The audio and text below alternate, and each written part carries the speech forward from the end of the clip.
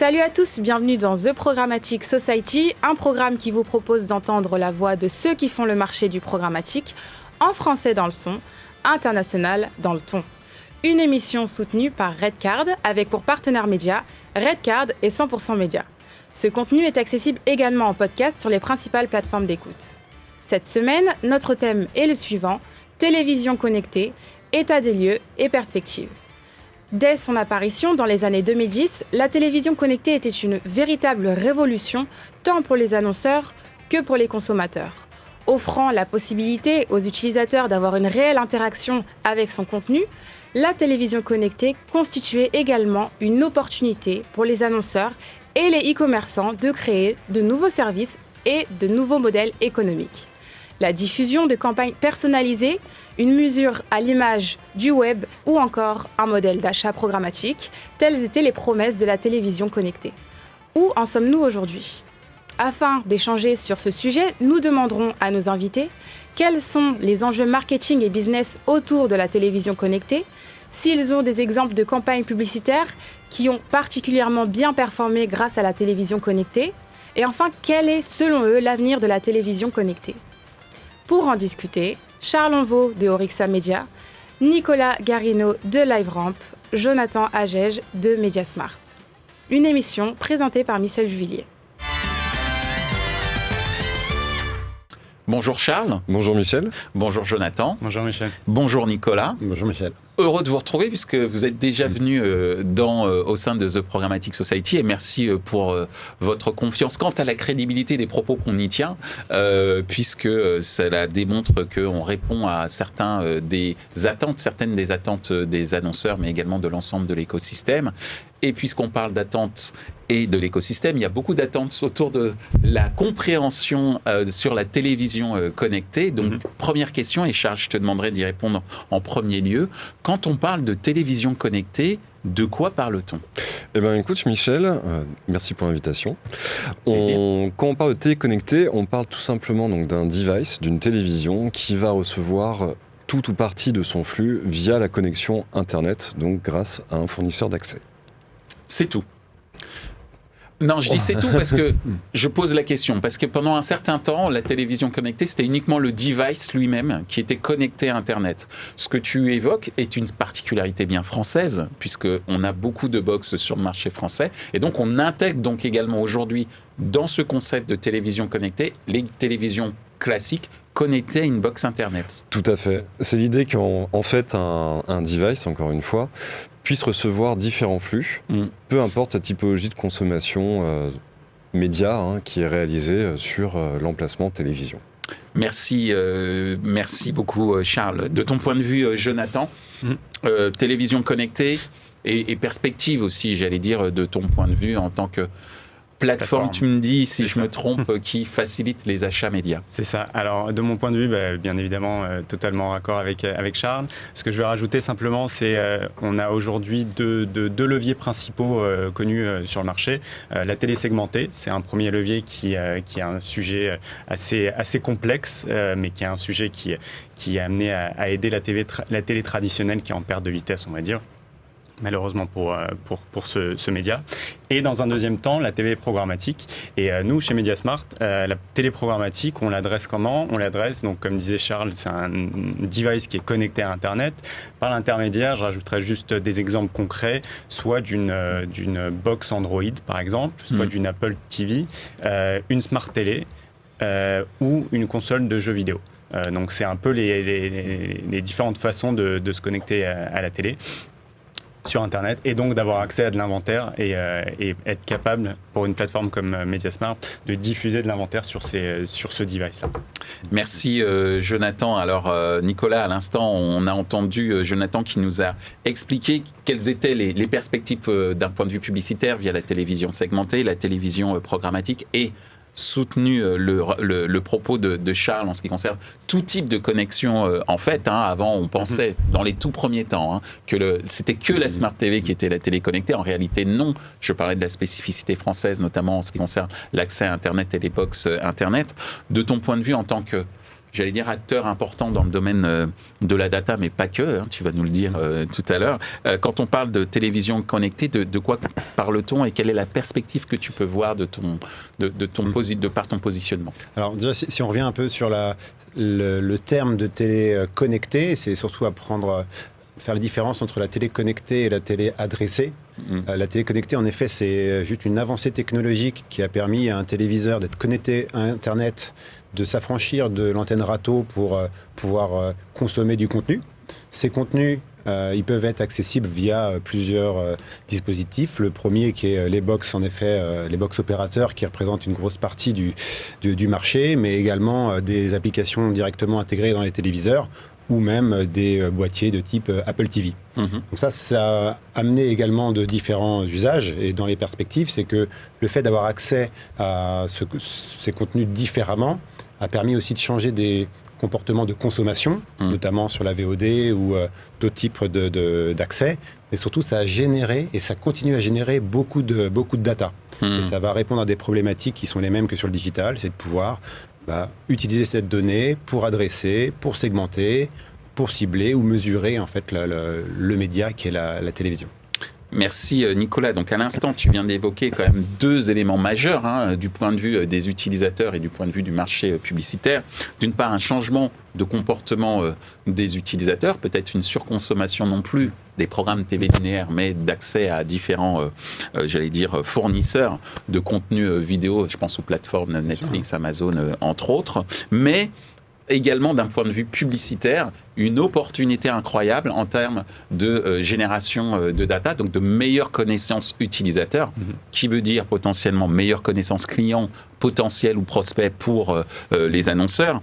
J'anticipe un peu cette seconde question que je vais poser maintenant. Quels sont les enjeux marketing et business autour de la télévision connectée, de ton point de vue d'agence, Charles? Eh bien, écoute, comme l'ont dit Nicolas et Jonathan, il y a cette idée qu'on collecte de la data au travers des différentes manières qui sont utilisées pour venir consommer de la vidéo, que ce soit une console de jeu, que ce soit encore une fois un boîtier ou tout simplement une application qui est mise sur son téléviseur. D'un point de vue agence, en tout cas chez Orixa, d'un point de vue business, il y a cette idée qu'aujourd'hui, on a accès à un ensemble de flux, tout simplement, encore une fois, toutes les consommations du foyer, peu importe qu'il y ait une seule personne ou 10 personnes dans ce dernier, pour la compréhension, pour adresser cette compréhension et la transformer en point d'innovation, d'adressabilité sur le média, ensuite en digital, ou même sur certaines composantes dans l'achat qu'on pourrait réaliser en télé. D'un point de vue marketing, il y a cette idée du coup de la traçabilité. Comment on fait aujourd'hui en tant qu'agence quand on travaille en tripartite avec plusieurs partenaires, que ce soit des plateformes, que ce soit des fournisseurs également de données et en tiers vérificateurs, pour s'assurer que l'exposé télé ou les exposés télé, et encore une fois, peu importe la manière dont ils consomment la télé, que ce soit principalement via une PlayStation par exemple, ou principalement Netflix en applicatif, il y a autant d'usages que d'applications et de devices qui sont connectés sur l'environnement, pour s'assurer que c'est pertinent pour l'annonceur. Et c'est vraiment cette traçabilité aujourd'hui, cette compréhension de l'usage, qu'est-ce qui compose littéralement le foyer, en s'affranchissant du principe de panel qui reste tout petit.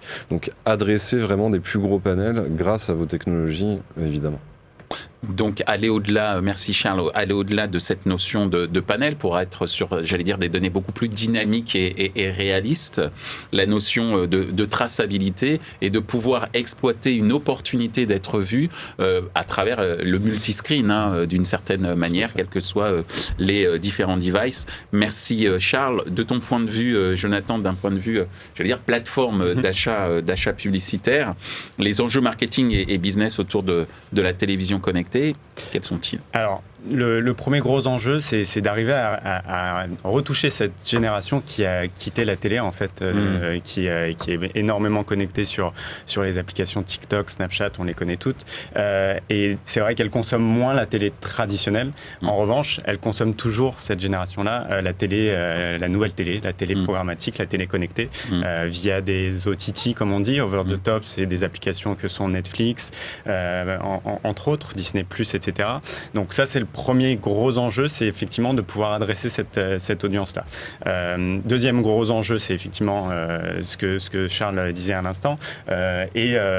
Au sein de Mediasmart, nous, typiquement, on a pris ce challenge très au sérieux parce que notre expertise mobile qu'on a depuis 10 ans nous a permis effectivement d'aller au-delà en fait de la télé connectée, de pas simplement faire des campagnes en silo, juste téléconnectées d'un côté, mobile de l'autre, mais effectivement de pouvoir adresser, comme disait Charles, en multiscreen, une audience. Et on a développé une techno qui s'appelle Household Sync qui permet effectivement de diffuser une campagne dans télé connectée et derrière de pouvoir retoucher une personne au sein d'un foyer sur son mobile par exemple. Et donc ça devient super intéressant. Pourquoi ? Parce qu'évidemment, on peut sans cookies. Parce qu'en fait, c'est lié à l'IP. Donc, on a développé cette techno-là. C'est pas uniquement l'IP. Il y a d'autres layers, comme on dit en anglais, qui se rajoutent. Mais derrière, effectivement, on peut se dire, on diffuse une campagne téléconnectée et derrière, on a la possibilité de suivre l'utilisateur sur son smartphone et pour voir s'il allait en magasin, par exemple. Donc c'est un gros plus et un gros avantage qu'on a par rapport à la télé traditionnelle où on va simplement voir le reach qu'on peut avoir sur une campagne télé et pas analyser des KPI bien plus poussés qu'on peut avoir sur le digital et qu'on a aujourd'hui via cette techno. Donc là, je ne sais pas si je veux pouvoir mettre un petit copyright sur ce que je vais dire maintenant. Est-ce que c'est vrai ou pas d'ailleurs ? Est-ce que j'ai bien compris ? C'est une sorte de drive to device que tu proposes. En quelque sorte, c'est... En fait, c'est via le device, on drive les utilisateurs vers par un premier device, on va pouvoir sur l'ensemble des autres écrans, on parlait de 4 écrans en moyenne, avec l'ordinateur, le mobile, la télévision linéaire, et j'en oublie la tablette. On va dire qu'on fait une sorte de drive to device. Si j'étais sur un device, on pourra me suivre autrement sur un autre device. Et j'ai envie d'aller encore plus loin. Prochainement, on va aussi avoir ça sur le Digital Out of Home. Donc, potentiellement, une campagne qui sera diffusée sur la télé connectée, on pourra synchroniser avec le Digital Out of Home. Ça ne sera pas du one-to-one, bien évidemment, mais ça restera une façon intéressante de voir les choses et surtout d'avoir des métriques qui vont être clés pour les annonceurs et pour les agences partenaires. Merci Jonathan. Donc on vient de voir avec Jonathan, Nicolas, et on vient de le voir également avec Charles juste avant, qu'il y a pas mal d'innovations, d'opportunités qui se font jour. De ton point de vue en tant qu'acteur dans le domaine de la data, quels sont les enjeux marketing et business autour de la télévision connectée ? Alors, on peut regarder les enjeux par 3 axes. Le premier qui est finalement le premier concerné, qui est l'utilisateur final, celui qui est devant l'écran. Donc il sort de ce schéma traditionnel du poste de télé qui trône au milieu du salon. Et il va être complètement multicanal, il va avoir une exigence, il va avoir la même exigence devant sa télé que sur le digital, d'avoir accès à l'information très vite, d'avoir le contenu qu'il souhaite et surtout d'avoir le programme publicitaire qui va avec ces exigences. Donc ça, c'est déjà un enjeu pour lui.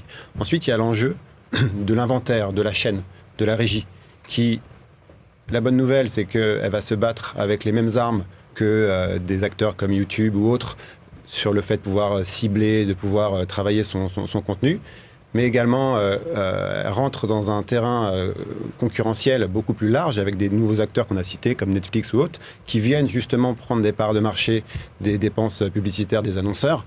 Et ce sont aussi des acteurs qui sont nés avec le digital, nés avec la data. Donc un enjeu pour les chaînes de se réinventer, de se transformer très rapidement pour rester des acteurs majeurs. Et enfin, le dernier enjeu, il est pour la marque. La marque, elle va avoir un choix et un inventaire beaucoup plus large et elle va avoir besoin de plus en plus de preuves d'efficacité pour pouvoir choisir ses inventaires. Et surtout, elle va avoir les mêmes exigences que dans le digital, c'est d'exploiter de la donnée, de pouvoir cibler, comme elle le fait aujourd'hui sur son inventaire digital ou sur l'ensemble des réseaux sociaux, et d'avoir justement cette vue multicanale d'un individu, que ça soit sur la télé, que ça soit sur son téléphone, sur sa tablette, et quel que soit le canal. Donc c'est pour nous les 3 enjeux et sur lesquels on se positionne, c'est justement cette réconciliation et cette unification de l'ensemble des données pour pouvoir avoir ce parcours complet. Alors, tu parles d'unification de données pour avoir un parcours complet, surtout pour les marques qui sont en attente de preuves d'efficacité. Ce qui me permet d'en arriver à cette 3e question, c'est des exemples de campagnes publicitaires qui ont particulièrement bien performé grâce à la télévision connectée. J'allais dire, Charles, que tu es t'es en première ligne pour pouvoir décrypter justement toutes ces performances. Est-ce que tu as quelques exemples sur la télé connectée ? Eh bien, écoute, nous, il y a cette idée, quand on fait du média plan sur l'achat télé avec les partenaires, de pouvoir suivre 2 éléments principaux. La réactivité d'un côté et idéalement la conversion sur le site. Ça, c'est le principe de base. On s'est très rapidement rendu compte au travers des différents média planning qu'on a pu faire pour nos annonceurs, que sur certaines verticales, notamment les animaux, mais aussi le monde de la finance, qu'il était beaucoup plus simple de s'intéresser au premier indicateur qui est la réactivité, au travers d'une réexposition publicitaire, de créer des segments, d'être en capacité de créer des segments sur du multi-plateforme, que ce soit sur le mobile, que ce soit sur le desktop et la tablette. On l'oublie, mais il y a effectivement la tablette. Donc créer des bassins d'audience de retargeting spécifiques pour engager les prospects potentiels. C'est 15% chez nous en moyenne de réactivité supplémentaire. Donc ça, c'est un vrai succès parce que versus un achat linéaire classique où on ne sait pas forcément mesurer, où on a juste une chaîne qui est globalement je consomme et j'achète ma ligne média et ensuite j'ai du mal à la traiter. Nous, on arrive au travers des stacks publicitaires et des partenaires qu'on utilise à dire à nos partenaires annonceurs, écoutez, voilà, on a 10, 15, 20%, en moyenne 15% de réactivité supplémentaire sur nos plans médias ensuite digitaux, qui ne sont pas forcément vidéo par ailleurs, ils sont display, voire même parfois des OH. KPI secondaire, parce qu'il y en a beaucoup moins évidemment, c'est la conversion, c'est ce fameux taux de conversion, etc. On se rend quand même compte qu'on a en moyenne 10% de conversion supplémentaire à partir du moment où on arrive à tracer un panel important d'utilisateurs en provenance du flux télé initial. Et ça, c'est crucial chez Oryxa Media, parce que ça définit notre manière et notre expertise de proposer aux annonceurs un achat média télé qui va être totalement changé, qui va totalement changer de prisme, qui était le one-to-many pour aller sur le one-to-few, et avec des innovations qui sont hyper intéressantes. Pour le coup, je ne savais pas sur l'idée de la DOH, du fait de pouvoir afficher en extérieur, conditionné à un affichage télé, enfin présentiel sur la télé. Et ça, c'est une brique qui est hyper intéressante parce que, pour l'instant, pas exploitée, et ça rentre bien dans le mix qui est proposé au travers de la data. Merci Charles. Ce qui est assez intéressant, c'est de constater ces fameux 10% de conversion supplémentaire grâce en tout cas aux médias télé, j'allais dire. Ce qui démontre encore une fois que on parle parfois de perte de vitesse de la télé en termes d'usage, c'est clair, mais que par contre en termes d'efficacité marketing, la télé est toujours là. Il faut juste qu'elle casse ses silos en termes de mesures et qu'elle se rapproche, qu'il y ait une sorte d'interopérabilité entre toutes les mesures existantes sur le digital pour que d'une certaine manière, elle retrouve entre guillemets une place de choix dans l'arbitrage des budgets des annonceurs, entre autres. Merci Charles. Donc justement, puisque je parle d'arbitrage du choix des annonceurs et des agences en termes d'achat, tu es une plateforme d'achat, je le rappelle, via Mediasmart Jonathan. Est-ce que tu as des exemples de campagnes publicitaires qui ont particulièrement bien performé grâce à la télévision connectée ? Alors oui, on a fait une campagne qui était très intéressante en Inde. On est originaire d'Espagne, Mediasmart, je le rappelle, mais on s'est fait racheter par un groupe média indien il y a maintenant un peu plus de 2 ans. Et en Inde, du coup, c'est un pays qui est extrêmement connecté. Mobile, mais aussi téléconnecté. Ils n'ont pas la même façon de consommer la télé qu'on peut avoir nous en France ou en Europe. Et effectivement, les inventaires de télé programmatique sont énormes dans cette région-là. Et donc on a fait une campagne avec Discovery Plus, qui est une sorte de Canal Plus indien, qui a du contenu, donc qui souhaitait faire connaître son application sur télé connectée, sur Smart Télé. Et donc, ils ont décidé de travailler avec nous sur cette campagne. Sur cette campagne, on a eu de la Household Sync, donc notre fameux techno qui permet de synchroniser les devices au sein du ménage. Et grâce à cette techno, donc, dans un premier temps, on a pu faire connaître l'application Discovery Plus à l'audience ciblée, donc sur des applis premium avec de l'inventaire très premium en Inde. Ça, c'est la première chose. Et ensuite, on a pu retargeter donc les utilisateurs au sein du foyer pour leur pousser une campagne sur le mobile grâce à la techno d'Household Sync. Et donc, on a pu, sur un mois, diffuser plus d'1,3 million d'impressions télé et mobile combinés. Et le plus important, c'est qu'on a pu traquer des clics et des conversions sur le téléchargement de l'application et la souscription à l'abonnement premium de Discovery+. Donc c'est un réel game changer, on va dire, sur ce marché-là, dans le sens où effectivement, on va plus faire que de la simple diffusion de spots en vidéo, mais on va aller plus loin et on va pouvoir traquer les conversions et aider à faire en sorte que les conversions soient finalisées et optimisées. Tu peux me rappeler juste le nom de la technologie Household Sync. Donc, synchronisation du ménage au sein du foyer. Ok, très bien. Merci beaucoup, Jonathan.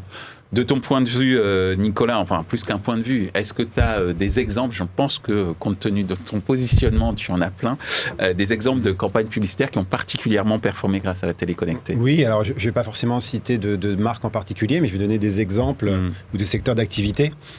Le premier, c'est un acteur de prêt-à-porter mondialement connu qui a, en fait, avant de faire une campagne ciblée, a fait de la mesure. C'est-à-dire qu'il a fait de la mesure de lift, il a comparé deux audiences, une audience qui était exposée à la télé et à tout le reste, et une audience qui était exposée à tout sauf la télé. Il s'est aperçu, en connectant l'exposition télévisée avec la conversion en magasin, ce qu'on permet de faire chez LiveRamp, on a permis de voir que la télé a apporté plus 15% de conversion en magasin.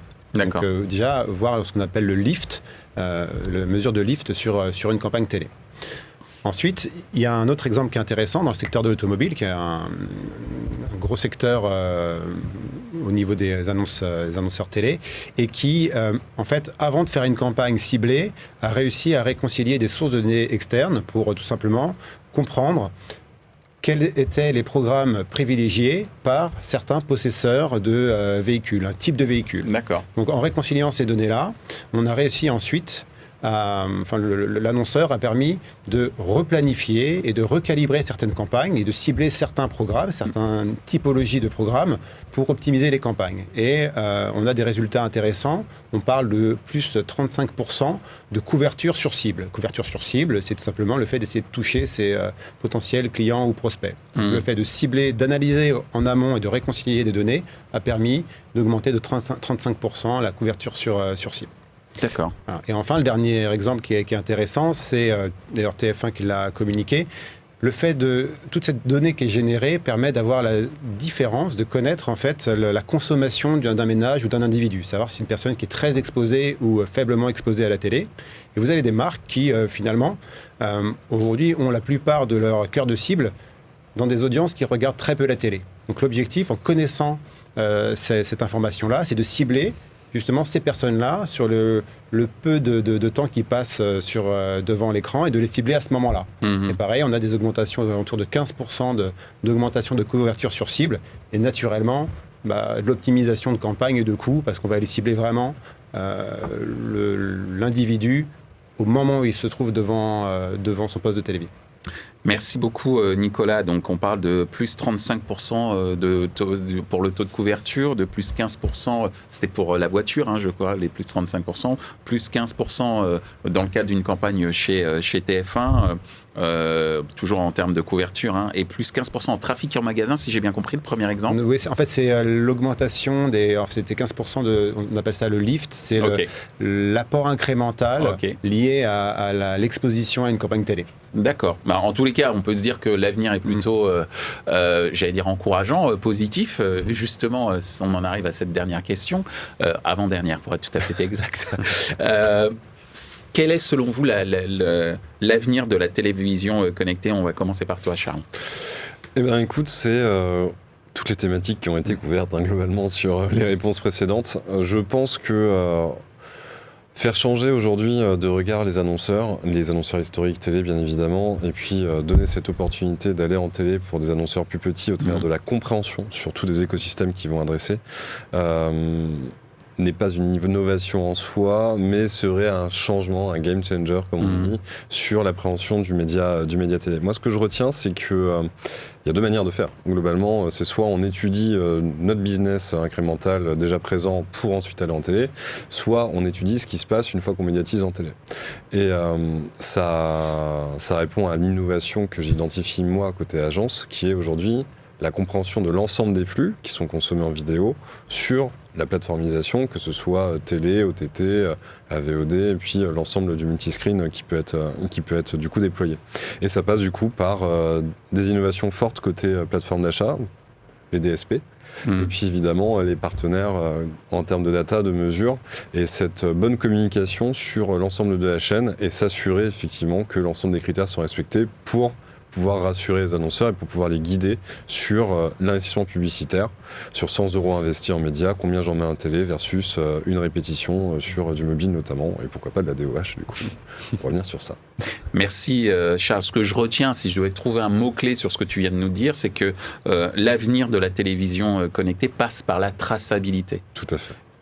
Et je rajouterais même l'interopérabilité entre les différents acteurs qui composent le marché du digital et de la télé, en fait. Tout à fait. Merci Charles. De ton point de vue, Jonathan, c'est quoi l'avenir de la télévision ? Tu nous en as donné un petit avant-goût avec cet exemple indien sur le Household Sync, Household Synchronization, si je fais en anglais complet. Quel est l'avenir pour toi, selon toi, sur la télé connectée ? Alors Charles a déjà donné pas mal d'indications. Donc pour moi, il y a effectivement ce côté traçabilité. Ça, c'est évident qu'on va être de plus en plus surveillé. Ça a toujours été le cas pour le digital depuis le début de la publicité digitale.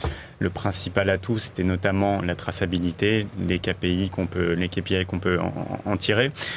L'autre point qui est selon moi très important, c'est notamment les gros acteurs du marché de la AVOD, donc la Advertising VOD. Tu penses à des gens comme Netflix, par exemple ? Exactement, du Netflix, Disney+, qui va aussi arriver avec son offre. Donc, on constate que Netflix a signé un partenariat avec Xandr pour être capable de diffuser des inventaires sur cette plateforme-là. Disney+, avec The Trade Desk, Amazon Prime, avec Amazon, logique. Néanmoins, on parle d'exclusivité dans un premier temps. Donc je pense que ça passe aussi par l'ouverture de ces plateformes à d'autres plateformes. C'est cette fameuse interopérabilité dont je parlais tout à l'heure, d'une certaine manière. Exactement. Parce que sinon, on va se retrouver avec des walled gardens à nouveau. Hein. Exactement. Et c'est un peu ce qui s'est passé avec le programmatique, au début du programmatique, où j'ai travaillé chez Yahoo. Chez Yahoo, on vendait des pages d'accueil en gré à gré encore, avant de tout passer en programmatique. Et effectivement, je pense que l'avenir à court terme, j'ai envie de dire, passera par là. Le deuxième point, c'est un point un peu plus innovant, on va dire, c'est notamment tout ce qui est in-game advertising, et sur les consoles next generation. Et je pense que là, effectivement, ça va rester aussi sur la télé connectée, mais les innovations vont être majeures sur ces nouveaux formats. Et effectivement, ça va être super intéressant de pouvoir travailler sur ce type de problématique avec les annonceurs, avec les agences, parce que il y a le champ c'est un champ incroyable qu'on a devant nous pour pouvoir justement travailler sur l'in-game advertising. Merci Jonathan pour ces expositions d'opportunités, mais également de dangers. Hein. Si je pense à la VOD, c'est-à-dire je parlais le retour des walled gardens, il faut craquer le game entre guillemets avec une future méta DSP téléconnectée. J'en sais rien, mais en gros, il y a un moment où soit les acteurs se mettent d'accord, mais comme on est quand même sur des environnements assez fermés avec des datas extrêmement précieuses, ou soit on est un acteur externe qui va dire moi je peux vous raccorder avec l'ensemble du marché. Mais bon. Là, je fais beaucoup de prospectives, mais en tout cas, c'est une question qui reste en suspens. Merci Jonathan. De ton point de vue, Nicolas, l'avenir de la télévision connectée ? Alors, c'est pareil, si on prend toujours le même prisme, d'un point de vue utilisateur final, il n'y a pas de doute, les comportements vont continuer à évoluer, les utilisateurs peuvent être de plus en plus jeunes avec des modes de fonctionnement différents. Donc déjà, ça c'est un point important à avoir en tête. Après, si on regarde d'un point de vue de l'inventaire, en fait, de la régie ou de la chaîne, encore une fois, il va être face à de plus en plus d'acteurs. Il y a peut-être des acteurs aujourd'hui qu'on ne connaît pas, qui vont arriver de façon peut-être très rapide et très puissante sur le marché, qui vont aussi jouer aller chercher les budgets des annonceurs. Et au-delà de ça, une régie, une chaîne va devoir prouver l'efficacité de ses inventaires et de s'équiper de certaines solutions pour proposer de l'innovation, proposer de l'analyse de l'insight avant l'activation et après l'activation pour pouvoir vraiment offrir un service additionnel à simplement un inventaire média. Ça, c'est le point vraiment côté publisher, je dirais. Après, d'un point de vue marque, là où on va voir des évolutions, c'est qu'une marque va vouloir exploiter de la donnée. Elle va vouloir exploiter sa propre donnée, ses propres clients, retrouver ses clients sur les inventaires, naturellement, mais également utiliser de la donnée de partenaires. Et donc LiveRamp est au cœur de ces sujets de collaboration entre data. Et on va avoir de plus en plus de campagnes qui vont être effectuées ou mesurées avec de la donnée qui n'est ni plus ni moins que de la collaboration avec des acteurs, par exemple. Ce qu'on appelait avant de la seconde partie data. Exactement. Aujourd'hui, on dit data collaboration, pour être un peu plus compréhensible. Exactement. Un exemple très concret, on va avoir un acteur, un industriel de l'agroalimentaire qui va pouvoir cibler des données qui sont des données d'un retailer. On a déjà initié des gros partenariats avec Carrefour ou Infinity Advertising là-dessus, qui permet d'avoir cette donnée de l'utilisateur final pour le cibler ou pour en faire de la mesure. Ça veut dire qu'aujourd'hui, LiveRamp est en mesure de pouvoir créer de la collaboration entre deux annonceurs qui ont leur propre data. Qui ont leur propre data ou qui n'en ont pas, justement. Ok, d'accord. Ok, c'est très bien pour pouvoir justement exploiter l'autre. Ok, super. Mais en tout cas, effectivement, c'est une donnée clé. C'est clair que quand on est un assureur, si on peut avoir des données sur les déménagements, exactement, un moment de vie, c'est quand même pas plus mal pour justement renforcer l'efficacité publicitaire. On le faisait sur, j'allais dire, le display digital, mais si en plus on arrive à le faire sur la télévision, c'est vraiment, en tout cas, très enthousiasmant. Ce sont les mêmes mécaniques en fait qui vont s'opérer du digital et qui vous permettent de faire rentrer la télé dans le marketing multicanal. Super. Eh ben, en tout cas, merci beaucoup Nicolas pour ces précisions. Merci Jonathan également pour cette prospective que tu nous as donnée et Charles pour tes attentes en termes d'évolution de téléconnecté. Mais on n'a pas tout à fait fini puisque nous en arrivons à notre question 100% média.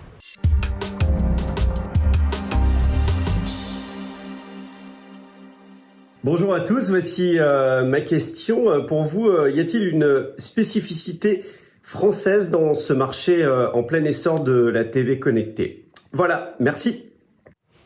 Alors voilà, une question simple ou pas, qui dit est-ce que on a une vraie spécificité française en termes de télévision connectée, que ce soit en termes de marché publicitaire ou même en termes d'usage, Tu es prêt, Charles, pour répondre?